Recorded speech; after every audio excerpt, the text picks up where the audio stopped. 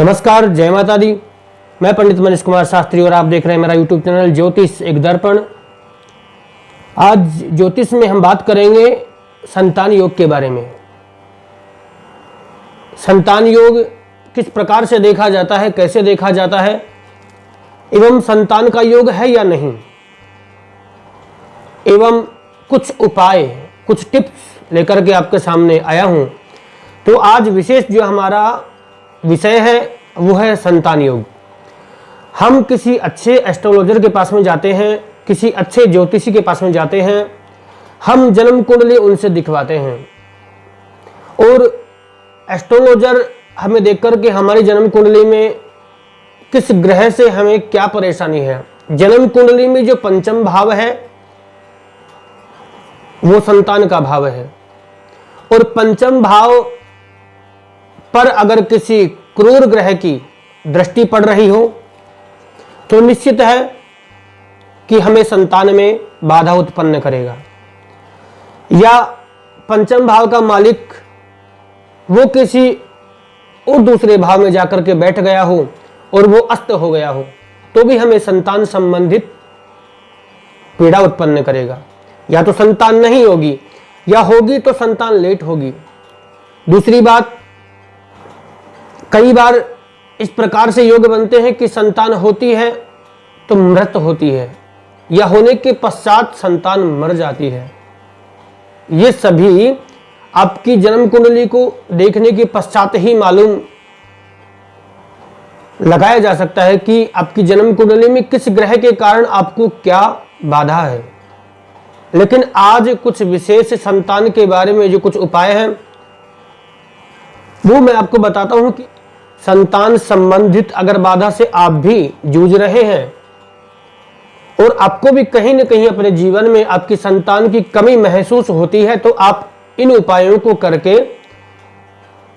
और अपने जीवन में संतान संबंधित जो योग हैं उनका सुधार कर सकते हैं। इन उपायों को करने के बाद में निश्चित बात है कि आपको संतान का सुख मिलेगा। तो देखिए, पहला उपाय इसका है कि आप जो घर की जो स्त्री है जिनको संतान संबंधित बाधा है, जिनको संतान नहीं है, उन स्त्रियों को शुक्ल पक्ष के गुरुवार से शुरू करके कम से कम 41 दिन जो गेहूं का आटा होता है तो हम जो रोटी बनाने के लिए लोई बनाते हैं, छोटी छोटी 2 लोई बनानी है और चने की दाल जो हमें कुछ देर पहले पानी में भिगो देनी है। कहने का तात्पर्य, उस लोई के अंदर आपको चने की भीगी हुई दाल एवं थोड़ी सी हल्दी उस दाल में मिला करके वो 2 लोई है वो आपको किसी भी गाय को खिलानी है। ये उपाय आपको 41 दिन करना है और ये उपाय आप करते हो तो मैं आपसे निश्चित कहता हूं कि 41 दिन के अंदर अंदर ही आपको संतान संबंधित जो बाधा है ना वो दूर हो जाएगी। आपको 41 दिन के अंदर ही इस उपाय का परिणाम प्राप्त होगा। दूसरा उपाय, जो शुक्रवार को आपको बरगद का जो पेड़ होता है उसका आपको एक पत्ता लेना है।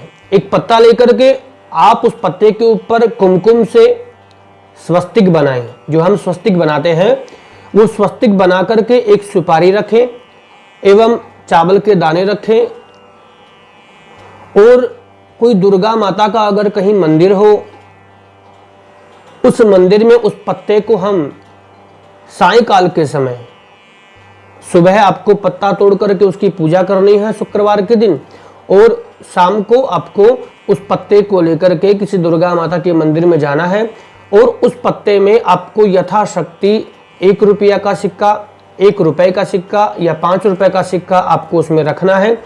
रख करके और माँ भगवती से प्रार्थना करनी है संतान के लिए। ये उपाय आपको 4 शुक्रवार करना है और जो गाय का जो उपाय है वो आपको 41 दिन करना है। अगर कोई स्त्री लगातार अगर 41 दिन नहीं कर पाए, बीच में उनके पति करें या उनके घर में अगर और कोई हो, माता पिता हो या सास ससुर हो, तो वो भी इस उपाय को कर सकते हैं। लेकिन बीच में किसी भी परिस्थिति में इस उपाय को छोड़ना नहीं है। अगर आपने इस उपाय को छोड़ दिया तो फिर आपको शुरू से ही करना पड़ेगा।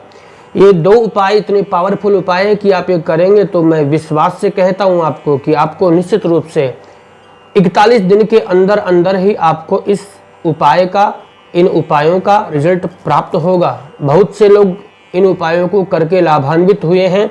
आप भी स्वयं लाभ प्राप्त कर सकते हैं। हम इसी प्रकार के वीडियोज हमारे YouTube चैनल पर डालते रहते हैं। अगर आपको हमारी वीडियोज अच्छी लगती हो, पसंद आती हो, तो आप हमारे चैनल को लाइक करें, सब्सक्राइब करें, शेयर करें। एवं कोई बात समझ नहीं आए तो आप कमेंट में लिख करके पूछ सकते हैं।